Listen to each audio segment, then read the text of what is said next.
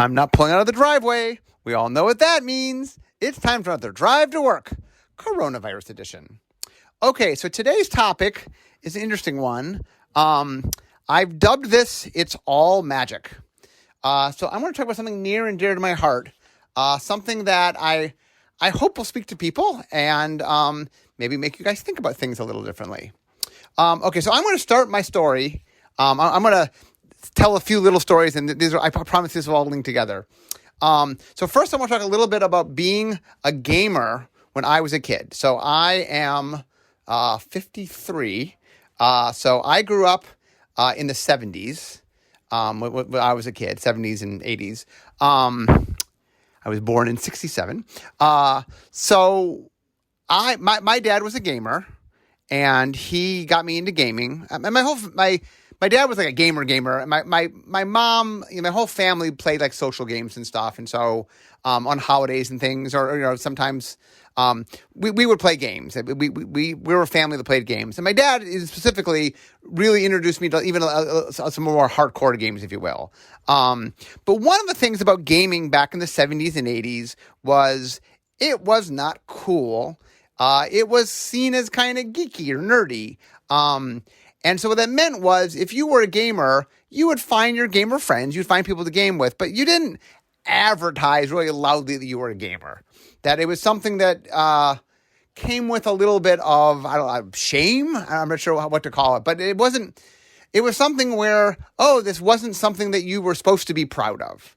And one of the things that I really like about sort of where the world has gone is, there's many aspects of the world. This part I like, is that gaming has become something that not only kind of is highlighted. I mean, it's something that's it's a cool thing now. People openly play games, and no one has to hide their gamerness. That is something that is something I really enjoy. Something like there's as a kid, if I looked forward to the future and saw where the future was at, I would love the fact of how much we've embraced comic books, because I loved comic books as a kid, still do.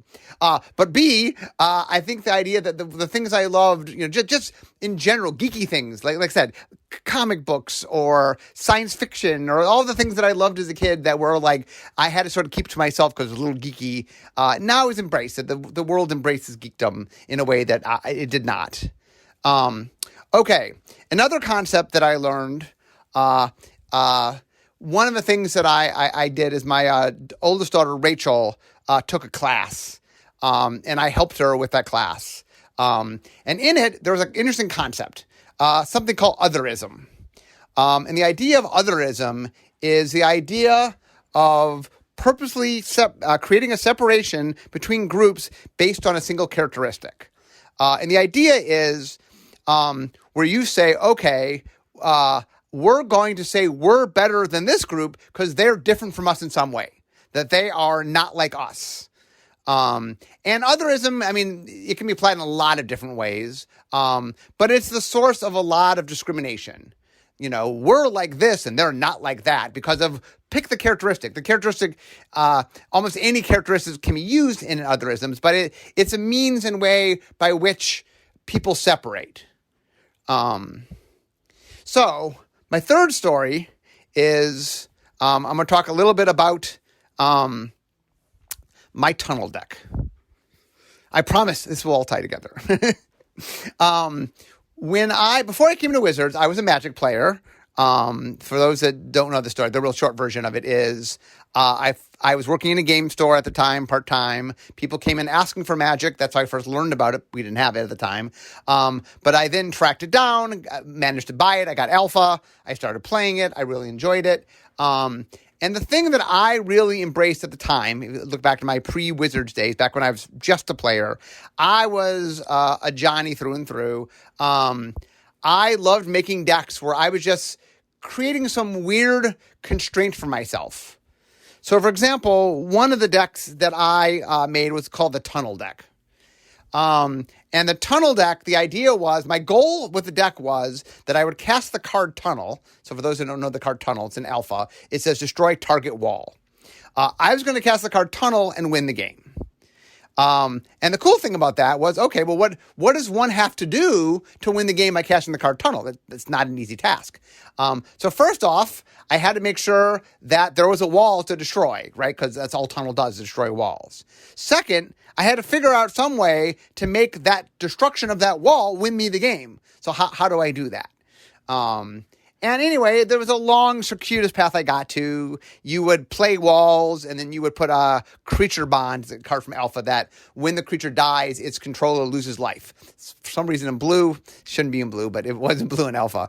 Anyway, so I would make a wall, and I would make it bigger. Well, I'd make a wall. Usually I'd give it to my opponent, creature bond it, and then make it big, so that when I destroyed it, it would do 20 damage to them. I'd get the creature bond cared about the toughness, so I would get the toughness up to, and some walls had high toughnesses, so anyway, there's some synergy. But anyway, my whole point was that I really enjoyed making a deck where it wasn't that I was trying to win. My goal was, could I win with the tunnel deck? But obviously I lost a lot of games. I lost a lot of games with the tunnel deck because I was trying to defeat someone with the tunnel. But when I did it, and I did it multiple times, I was able to say I did it. I achieved my goal. Okay, so what does all of this have to do with my topic of today? And my topic of today is, I want to talk about something that bugs me a little bit about the Magic community. In general, I really like the Magic community. I think the Magic community is an awesome community. But I've noticed there's one quality that I want to bring up and sort of talk through a little bit, which is, like, I often say that Magic is not one game. In fact, it's many games, right? It is. There are multiple games that share a rule system and a card pool. So if you want to take the Magic cards, you can play Sealed or Booster Draft or Rochester Draft or Standard or Commander or Pioneer or Modern or Pauper or Emperor there's just infinite ways to play Magic. And each one of those is a different animal. Each one of those, the dynamics of playing Commander is very different than dynamics of playing Booster Draft. And there are other vectors that you can look at. That is like a format vector. There also is what I would call the competitiveness vector. Like, is the goal to win at all costs? Is it all about sort of challenging yourself and seeing what you are and testing yourself? Do I want to go someplace where, hey, the tiniest of rules that I break will be punished severely because I'm not supposed to break any rules? Or is it something where you enjoy playing where you like it more relaxed and it's like, oh, I made a mistake. Oh, can I take that back? Sure, you can take that back. Where it's very casual in the nature of what's going on. There's vectors of socialness, of how much am I enjoying who I'm playing with, and how much is it about just having fun. There's I talked about my story of building my tunnel deck. There's a lot of self-expression. In fact, one of the things when I first got to Wizards, that I made is the psychographic. So real quickly, for those who know the psychographics, this is Timmy/Tammy, Johnny/Jenny, and Spike. I was trying to explain one of the things that I really believe a lot in is that psychology really matters. In that, hey, if you're going to be a game designer, it's not just a matter, like, if I want to make people enjoy the game, I have to know why they play.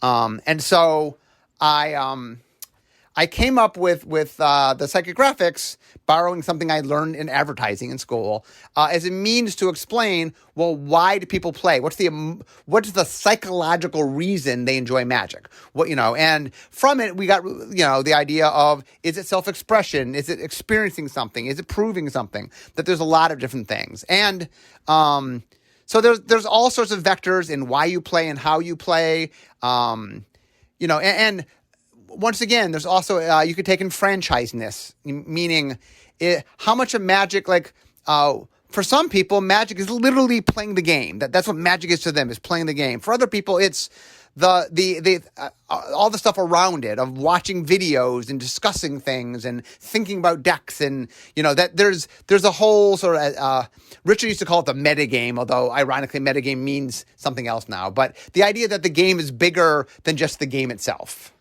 And so anyway, the reason I bring all this up, the reason I'm talking about sort of all the different vectors here is one of the things that I think is really important is I think that Magic is at its strongest as a community when we, the community, respect the fact that there are a lot of different ways to play, and that Magic is magic, that it's all magic, that there's nothing is more magic than something else. It is not like, well, competitive magic is real magic and casual magic is not. And that, that part of one of the things that I see is people very much get into their corner and the way they like to play. And that's great. Like my whole issue today is not that you can't and shouldn't find how magic is special for you. One of the things I enjoy about Magic, one of the strengths of Magic, is that it's so adaptable. That Magic really is, on some level, it's this series of tools that let you be a game designer and make your own game, or let somebody else make a game that you enjoy and play that game. But it's super adaptable. And I love the fact that all these communities can exist. But one of the things that I think is important is I would love to see the different community. Like, it's important to me as one of the guys that makes Magic. I really would love to see the community embrace the whole community. That, that part of being a Magic player is, or not even a Magic player, but part of being part of the Magic experience is recognizing that there's a lot of different ways to experience Magic. If you enjoy crafting decks, that's great.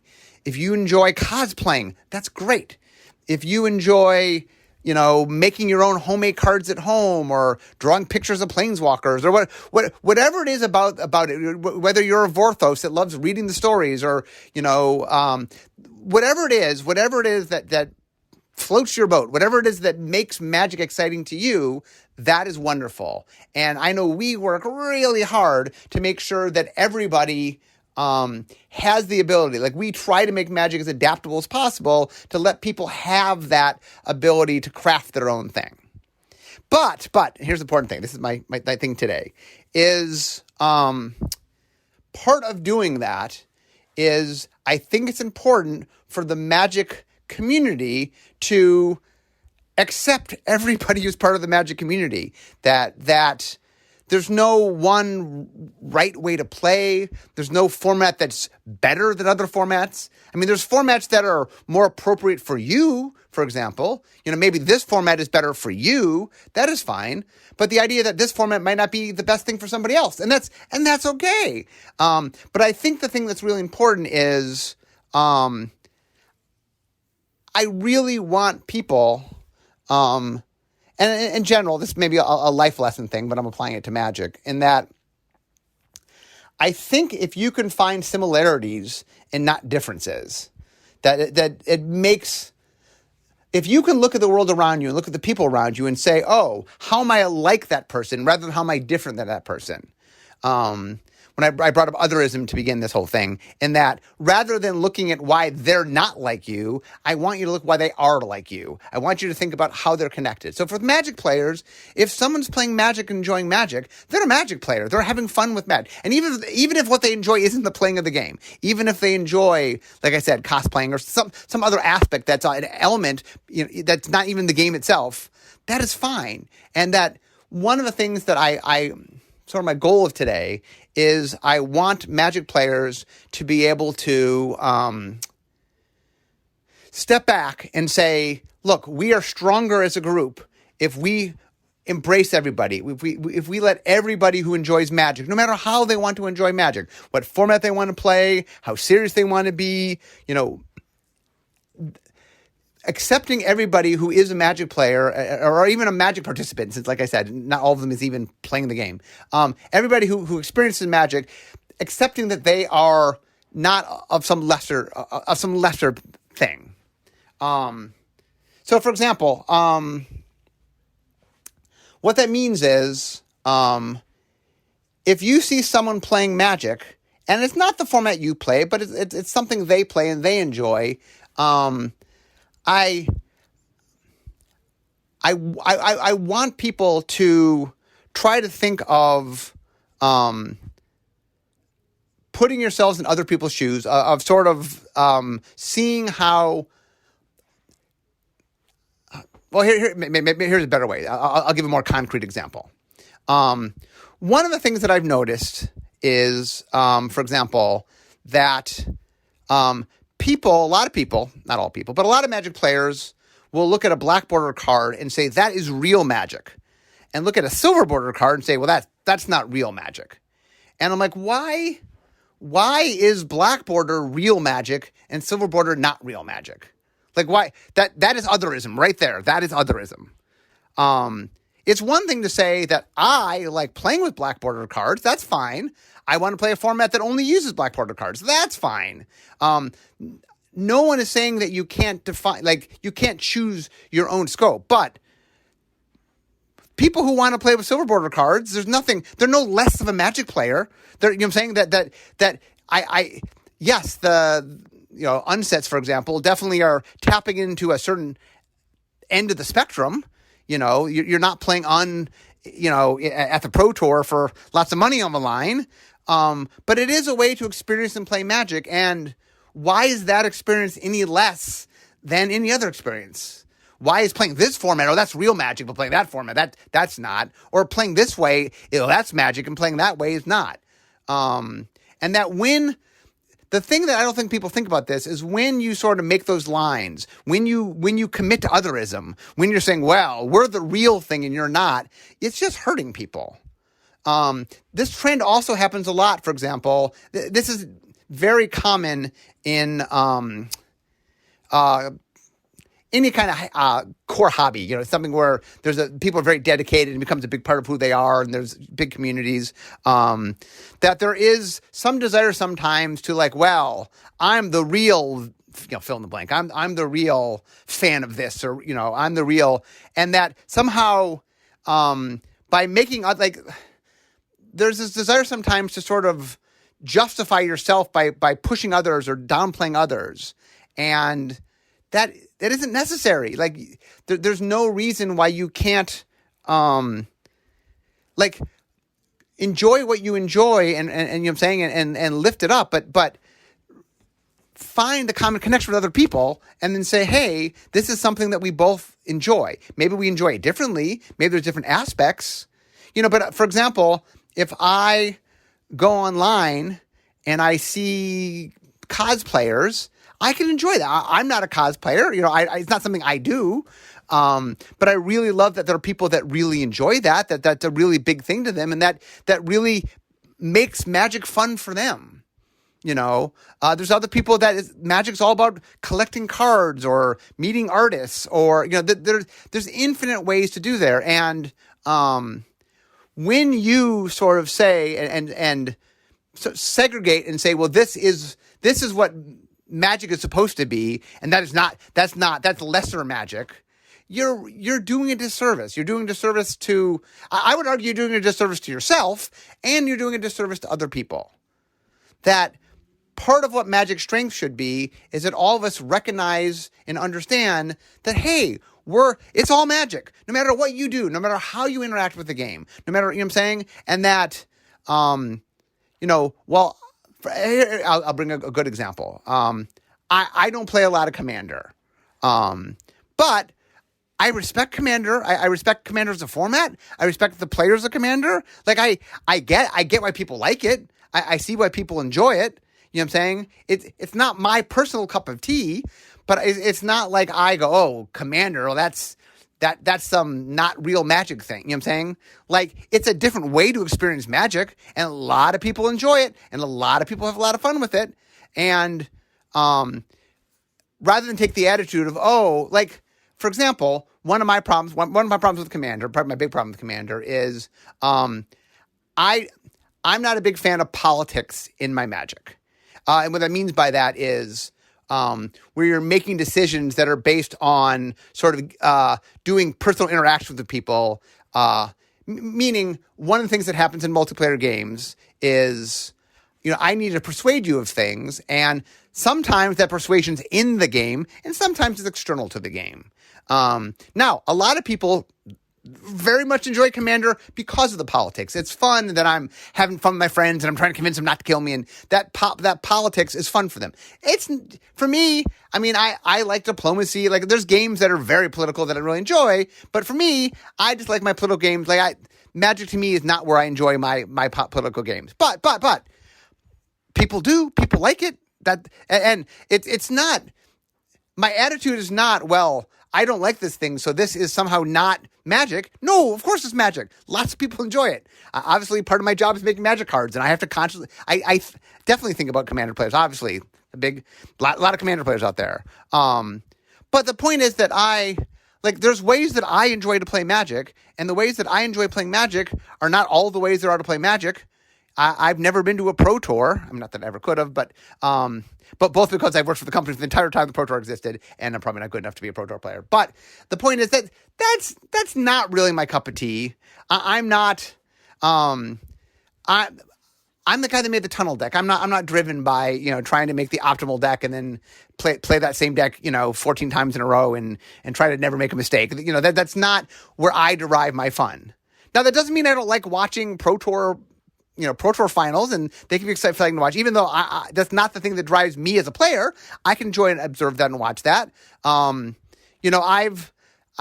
played in some Commander games, but I've watched a lot of Commander games, and I really do enjoy watching the camaraderie between people, and there's a lot of great things that come out of enjoying the parts of Magic that aren't necessarily what your things are. Like, I love watching other people find the thing they love. That something about Magic can be something that really speaks to them, that really, and there's also, I'm naming a lot of different things today, but there's infinite things that thing can be. And the important part of making a community where everybody can find the thing that they love is also making a community where people accept that other people do their thing. And what that means is, like I said, it is fine to prioritize the thing you enjoy. If you enjoy playing Magic a certain way, please play that way. If you enjoy doing certain things, please do those things. Mostly what I'm saying today is think about how you act to people that, I'll say play Magic, but interact with Magic because it's not always playing. That is not your thing. Like, one of the things that is really interesting to me that I like to do, and I've done a bunch of this over the years, is talk to people that really enjoy something that is not what I enjoy, and try to get a sense of what they enjoy about it. And it is really fun to talk to people and see what I say is like see their joy of talk to somebody and find out what really drives them.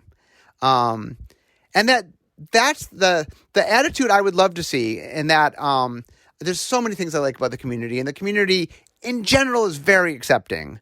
But I definitely would like it if people are a little more conscious when they come into Magic circles and Magic communities or sub-communities that are just appreciating something different.